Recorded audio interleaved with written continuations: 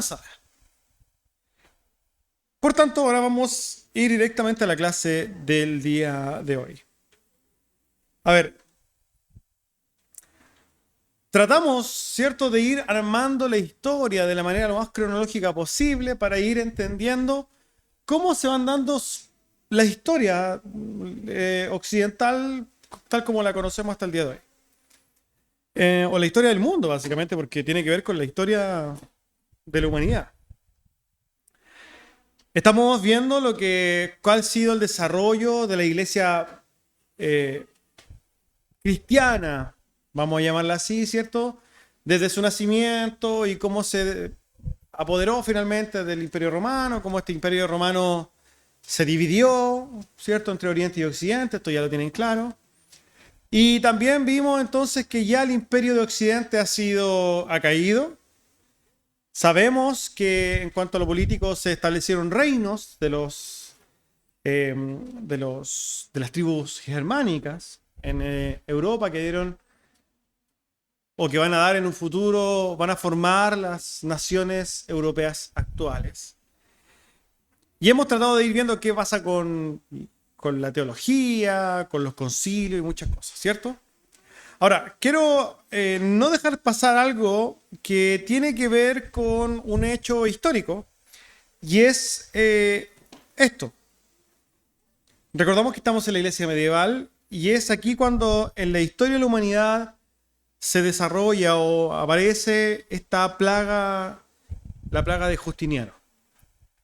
Quizá muy contingente con lo que nosotros venimos pasando recién, ¿cierto? Saliendo esta pandemia del COVID-19. Bueno, las pandemias no son algo nuevo, no es algo que lo inventamos o se inventaron hace poco, sino que en la historia han habido grandes pandemias. Y esta es una importantísima. Esta epidemia que debe su nombre, ¿cierto?, justamente a que cuando empiezan a nacer, estaba gobernando el emperador Justiniano en el Imperio de Oriente, ¿ya? Esta pandemia afectó al Imperio de Oriente, al Imperio Bizantino, ustedes ya saben lo que es el Imperio Bizantino, y también se propagó a partes de Europa, Asia, África, desde los años 500, aproximadamente 540 hasta el 750, aproximadamente. Es una plaga que duró más o menos 200 años. Es harto. Y se llevó más o menos, hermanos, como a 50 millones de personas. 50 millones de personas que quizás hoy día, relacionándola con el nivel o con la cantidad de personas que existen en el mundo hoy día, ¿cierto? Más de 7.000 millones de personas. No es tanto. Pero para ese entonces representaba más o menos el 20% de la población del mundo conocido. Era harto. Mucha gente murió. Era una peste, fue una peste importante. Hermanos, se cree, porque también no se conoce mucho, pero se cree que esta era una de tantas pestes bubónicas, ¿cierto? ¿Qué es una peste bubónica? Mucha gente también no entiende qué es lo que es una peste bubónica. Se conoce también como la peste negra, que por lo demás no es la misma, digamos, plaga que va a llevarse a mucha más gente en años posteriores. Pero se cree que el mismo virus, ¿cierto? Que es el que se da o el que es causada por pulgas infectadas que habitan en ratones y que pican al hombre y que finalmente producen estas cosas. Como dato freak, en la Segunda Guerra Mundial los japoneses atacaron a los chinos con pulgas contaminadas con peste bubónica, ¿sabes? Como un arma de guerra. Ahora, en el tiempo cuando se da la gran peste negra, se dio porque básicamente empezaron a desaparecer los gatos de Europa, ¿cierto? Porque a ciertas personas no les gustaban, empezaron a sacarlo. ¿Y qué pasa cuando desaparecen los gatos? Los ratones empiezan a salir y claramente ahí se gatilla nuevamente esta peste bubónica que mató a mucha más gente, que eso lo vamos a ver más adelante cuando llegue el punto. Ahora bien, ¿qué pasa en estos tiempos? Esta pandemia, esta plaga va a generar muchos problemas sociales, muchas revueltas, va a generar muchos problemas sociales. ¿Por qué? Porque mucha gente va a morir, se va a estabilizar la economía, va a traer consecuencias importantes. las plagas a nivel mundial siempre van a atacar directamente la economía de las naciones. Eso es algo obvio. ¿Ya? Ahora bien, esto solamente tiene que ver, es un comentario, digamos, podríamos decir a nivel social. ¿Qué pasa con la sociedad? Pero vamos a ver qué está pasando entonces a nivel teológico también en este tiempo. A ver, yo me imagino que ya esto es materia conocida, es solamente tratando de ir viendo cómo se van a dar las cosas, ¿cierto? Quizá en el título ahí me faltó darle énfasis un poquito al Concilio de Éfeso también, pero nosotros sabemos que ya a nivel eclesiástico se han dado algunos concilios, ¿cierto? Concilio de Nicea, ¿cierto? Pero particularmente vamos a poner nuestra atención en el concilio de Éfeso y en el concilio de Calcedonia. Y este es un gráfico que muestra cómo de alguna manera fueron separándose algunas, vamos a llamarle denominaciones, o como quiera llamarle herejías, o lo que usted quiera, como usted quiera, digamos, catalogarlas. Si nos fijamos ahí, hermanos, en ese gráfico, podemos ver que a consecuencia del concilio de Éfeso del año 431, los nestorianos o el nestorianismo fue considerado una herejía, pero eso no eliminó a los nestorianos. Eso hay que dejarlo claro.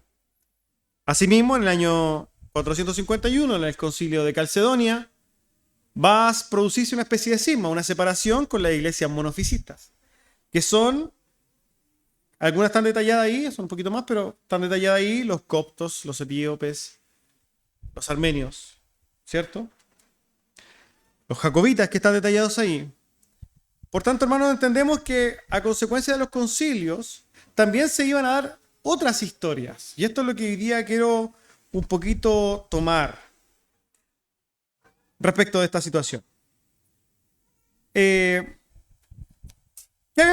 estaba pasando? Vamos a cambiar esto. Desde Éfeso, como habíamos mencionado, hermanos, se desprendió el nestorianismo. Ya sabemos, hermanos, que Nestorio postulaba que en Cristo habían dos naturalezas, pero que estaban totalmente separadas.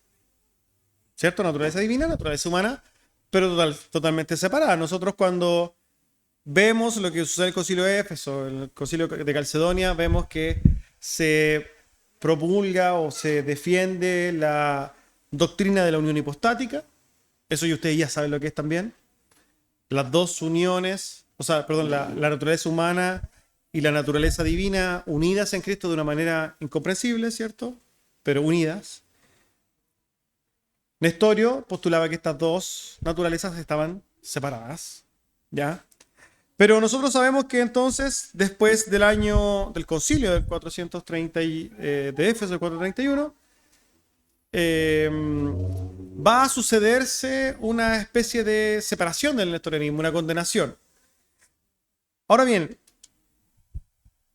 hay que entender también, hay que de alguna manera quizás aplaudir o observar la historia, que los nestorianos no se quedaron ahí. ¿Por qué? Porque cuando nosotros vemos la geografía y la política en el tiempo ¿cierto? Vamos a darnos cuenta de que Europa, que estaba básicamente el Imperio Bizantino ya en este tiempo, estaba en guerras continuas contra otros lugares, ¿cierto? Eso lo sabemos. Guerras continuas contra, vamos a llamar, tribus bárbaras, pero hacia el sector oriente también tenía algunas batallas importantes, particularmente con la gente que estaba en la región de Persia, ¿ya? Para principios entonces del siglo V, en el año más o menos 410, había una iglesia creciendo en la región de Persia. Para esos años, el imperio persa no existía como tal, sino que estaba ahí establecido el imperio sasánida, que básicamente era una transformación del imperio persa. Puede anotarlo ahí, después lo googlea, lo estudia, empieza a ver quiénes son. Pero, ¿qué pasa? En esos tiempos, la iglesia cristiana, entre comillas, estaba creciendo, pero estaban en guerra. Entonces, ¿qué pasa? Los sasánidas perseguían a los cristianos. ¿Por qué? Porque estos cristianos venían desde Roma o desde el Imperio Bizantino. Entonces decían, estos deben ser espías. Y por tanto no querían mucho a los cristianos. ¿Por qué? Porque los consideraban espías. Estos cristianos que estaban en esta región persa, hermanos, tenían, y esto yo creo que van a poder comprenderlo, tenían o adoptaban particularmente la teología antioqueña. Si ustedes se van para atrás en los estudios de la historia, nosotros hablamos que básicamente habían dos grandes escuelas de interpretación dentro del cristianismo, los antioqueños y los de Alejandría. Estos particularmente se relacionaban más con los antioqueños. Desde ahí, desde esa escuela también era donde simpatizaba Nestorio. Entonces, cuando se da el concilio de Éfeso, y básicamente Nestorio es considerado hereje, los cristianos que simpatizaban con estas doctrinas nestorianas dijeron, descansaron. ¿Por qué? Porque desde los persas dijeron, estos ya no son espías. Si ellos lo echaron, lo están considerando hereje, entonces no son espías. Entonces, ¿qué empezó a hacer? ¿Qué empezó a suceder con la iglesia cristiana, nestoriana, vamos a llamarla así? Dentro de las regiones persas, empezó a crecer, empezó a tener libertad y empezó a crecer en evangelización porque dicen algunos por ahí que eran muy proselitistas, eran muy evangelizadores, ¿cierto? Entonces es así, hermanos, como dentro de esta región, podríamos llamarla del Oriente, que nosotros podríamos hoy día establecerla Asia Menor, ¿cierto? Por esos lados, empezaron a evangelizar y empezaron a ir. Y es tanto así, hermanos, que estos hombres empezaron a llegar cada vez más lejos. Y es a través de los nestorianos, y esto es importante comprenderlo en la historia, donde se llega por primera vez a predicar a la India. Y no solamente a la India, sino que los nestorianos fueron a predicar hasta los chinos. Hasta allá. No sé si ustedes han visto un mapa. Yo les recomiendo hacer este ejercicio. Pongan Google Maps y empiecen a ver dónde están los países y todas las dimensiones. Ustedes se van a dar cuenta de muchas sorpresas. Pero sí, ustedes siguen, ¿cierto? Pensamos desde Israel al Oriente. Y de repente no se dan ni cuenta y van a llegar a China. ¿Cierto? Y yéndose hacia el lado. Ellos empezaron a predicar por todos esos lados. Entonces, ¿qué pasó con los nestorianos en el tiempo? Lamentablemente fueron perseguidos en muchos lugares. En China básicamente fueron desaparecidos. Pero hasta el día de hoy existen cristianos nestorianos que habitan en regiones, algunos lugares de la India, en lugares muy hostiles como Irán. Existen pequeños focos, pero debido a la mucha persecución, muchos se fueron a Estados Unidos. Hoy día en Estados Unidos hay un pequeño grupo de cristianos nestorianos que nosotros los consideramos herejes desde su perspectiva de la naturaleza de Cristo, pero que profesan de alguna manera la fe. ¿Ya? Ahora, hermanos, nosotros vamos a ir viendo por qué fueron perseguidos estos y por qué se fueron dando estas situaciones en el mundo conforme vayamos viendo la historia. Porque, por ejemplo, en unos poquitos años más, estamos en el año 550 hoy día, poquitos años más después van a nacer el Islam, ¿cierto? Pasadito el 600. Y eso va a traer muchas consecuencias para todo el mundo, va a transformar el mundo. Quiero mostrarles este gráfico, que es, de alguna manera, cómo se nos enseña cómo podemos ver las divisiones de la iglesia, ¿cierto? A través de los concilios. No tengo mi puntero porque acaba de morir, pero pueden ver ahí, yo creo que pueden verlo claramente, cómo a raíz, ¿cierto?, del concilio de Éfeso se sale la línea más abajo, ¿cierto? Y termina entonces lo que dice aquí, iglesia, no alcanzo a leer bien ahí, Asiria, algo así. Concilio de Éfeso. Pero de ahí yo quiero mostrarles el segundo, que es el que más me interesa mostrarles para introducirnos a lo nuevo. Y es esa franja que viene siendo como rosada, ¿cierto? Donde se desprenden las iglesias ortodoxas orientales. Y esas se desprenden o se separan, vamos a decir, hay una especie de cisma, una separación, debido a el concilio de Calcedonia del año 451. El concilio de Calcedonia ya lo vieron con nuestro hermano Cristian Gómez, ya sabían de qué se trataba, ¿cierto? Pero vamos a tratar de explicar un poquito qué es lo que estaba sucediendo en esta situación. El concilio de Calcedonia de 451 combatió lo que nosotros conocemos o creemos como la herejía de los monofisitas o el monofisismo, ¿ya? Monofisistas o monofisismo. ¿Qué dicen ellos? Ellos niegan que en Cristo hayan dos naturalezas. Todo en torno a las naturalezas de Cristo. Si nos damos cuenta, Éfeso y Calcedonia y los nestorianos y los ortodoxos, todos tienen que ver con las naturalezas de Cristo. Nosotros, como ortodoxos, podríamos decir, nicenos, creemos que en Cristo hay la unión hipostática, la unión de las dos naturalezas. Los nestorianos dicen que estas dos naturalezas están separadas. Y los monofisistas dicen, hay una sola naturaleza. Son perspectivas diferentes respecto de Cristo, para que se entienda. ¿Ya? Ahora, dentro de estas iglesias, dentro de este concilio del año 451, en donde se llevó a cabo, ¿por qué? Porque ya había muchos problemas de opinión, postura respecto a la naturaleza de Cristo. Llega este concilio de Calcedonia del 451, pero no todo el imperio le gustó. No todo el imperio lo aceptó. Hay muchas iglesias que no les gustó para nada esto. Particularmente a las iglesias en África, como la iglesia en Egipto, que no aceptaron el concilio de Calcedonia. No, dijeron, no, nosotros no estamos de acuerdo. No creemos eso, creemos que en Cristo hay una sola naturaleza. Y es así como nace la iglesia copta. ¿Alguien ha escuchado a la iglesia copta? Espero que sí, en Egipto. Lo mismo sucede con los armenios. Y crean así entonces, rechazando el concilio de Calcedonia, crean la iglesia apostólica armenia. Vemos que desde el rechazo al concilio de Calcedonia empiezan a nacer nuevas iglesias. En Siria también rechazaron y se crea la iglesia ortodoxa siriaca, o llamada también la iglesia jacobita. ¿Ya? Todos estos movimientos del monofisismo se empezaron a separar de la ortodoxia tradicional del Imperio Romano, de todo lo que tiene que ver con el catolicismo romano, y dijeron, no, nosotros no tenemos nada que ver con eso, y se separan. Y se transforma en lo que hoy día se conoce como el movimiento de las iglesias ortodoxas orientales.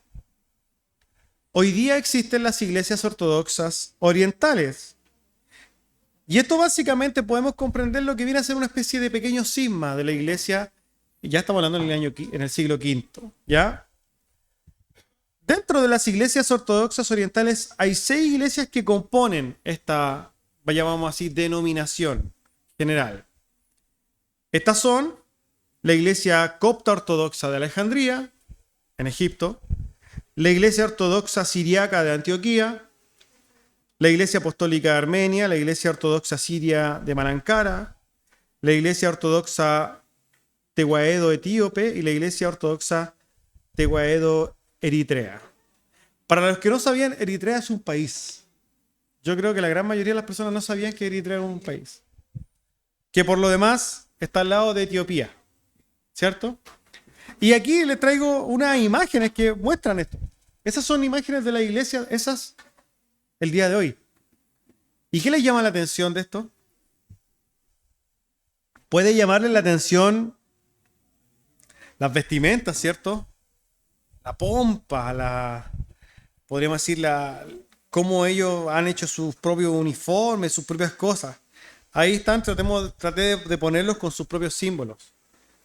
Pero son 6 iglesias, ¿cierto? Que están básicamente en África y que forman parte de las iglesias, por un lado, monofisistas, y que son iglesias que creen en el concilio de Calcedonia, creen en el concilio de Nicea, pero no creen en el concilio de Calcedonia. Se llaman a sí mismos ortodoxas, nicenas, trinitarias, pero no creen en el concilio de Calcedonia y están separadas. La historia de estas iglesias al día de hoy es un poco dispar. Algunas se han reconciliado con la iglesia católica, pelean, suman, siguen, se relacionan, se rechazan. Pero son iglesias que básicamente están un poco separadas, ¿cierto? De la iglesia tradicional romana, podríamos llamarlo así. Por tanto, hermanos, vemos que en estos tiempos ya se genera esta distancia, esta forma diferente de ver la teología y que va a manifestarse en diferentes formas de enfrentar la fe. Hoy día en la iglesia, hermanos, o sea, hay muchas denominaciones. Muchas denominaciones. Si volvemos acá, a este gráfico, nosotros vamos a darnos cuenta de que en el año 1054 sucede otro gran cisma. Ese es el gran cisma. El gran cisma de las iglesias Oriente y Occidente. Pero aquí hay unas cuantas cantidades de denominaciones, pero no son todas. Porque ni siquiera se habla de la gran... Aquí ni siquiera llamamos la reforma. Porque cuando después lleguemos a la reforma nos vamos a dar cuenta de que de la iglesia de Occidente van a venir otras. Y ahí, bueno, de ahí venimos nosotros. Pero nos damos cuenta, hermanos, de que tenemos que comprender por qué estamos hoy día, por qué somos lo que somos en virtud de la historia. Y nos damos cuenta de por qué hay muchas iglesias en el mundo hoy día, llamadas cristianas, que tienen estas formas. Que nos debería llamar la atención, ¿cierto? ¿Por qué se visten así? ¿Por qué hacen eso? ¿Por qué tienen estas características? Y nos damos cuenta de que la cultura de las naciones se va metiendo en las iglesias. Nos damos cuenta cómo se han introducido las iglesias en la cultura de cada país. Cómo se ha introducido en el culto. Cómo las vestimentas y toda esta pompa que van desarrollando cada uno tiene su nacimiento en su propia cultura, en el corazón. Y nosotros podemos pensar, y bueno, ¿y dónde está el principio regulativo de adoración aquí? ¿Dónde está la adoración en virtud de la Escritura? ¿Por qué hacen estas cosas? Y nos vamos dando cuenta de por qué existen tantas denominaciones, hermano. Porque la historia nos va dando evidencia de que no siempre todos estuvieron de acuerdo.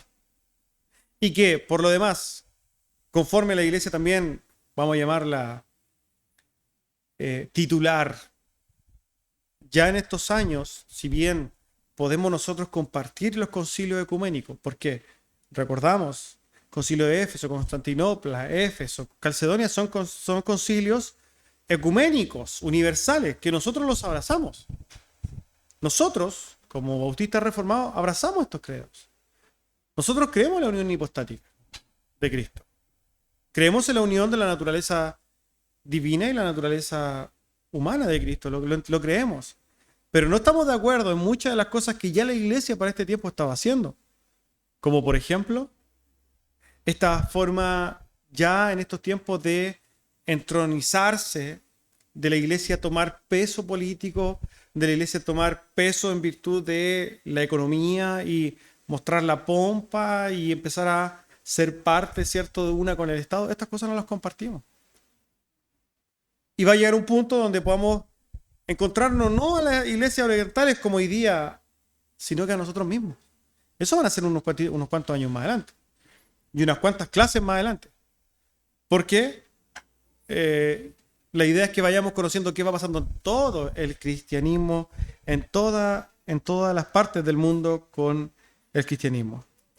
Ahora bien, hermanos, entonces, estas iglesias que son monofisistas, que creen en el monofisismo, en la única naturaleza de Cristo, no es que se vayan a separar y nunca más iban a tener conversaciones con las iglesias de Constantinopla o con el patriarcado de Roma, porque recordamos que para este tiempo existían 5 patriarcados, ¿se acuerdan?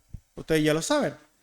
Para este tiempo existían 5 patriarcados de la iglesia en general: Roma, Constantinopla, Antioquía, Jerusalén y Alejandría. Seguían conversando. Y estas conversaciones y tratados de seguir conciliándose nos van a llevar finalmente al segundo concilio de Constantinopla en el año 53. Pero de ese concilio de Constantinopla del año 553 vamos a hablar la próxima semana. ¿Ya? Antes que se me queden dormidos. Amén. Así que lo vamos a dejar hasta aquí. Tiempo de preguntas y observaciones al respecto. ¿Algo que decir? ¿Sabían que ya se habían ido a predicar a los chinos hace muchos años atrás?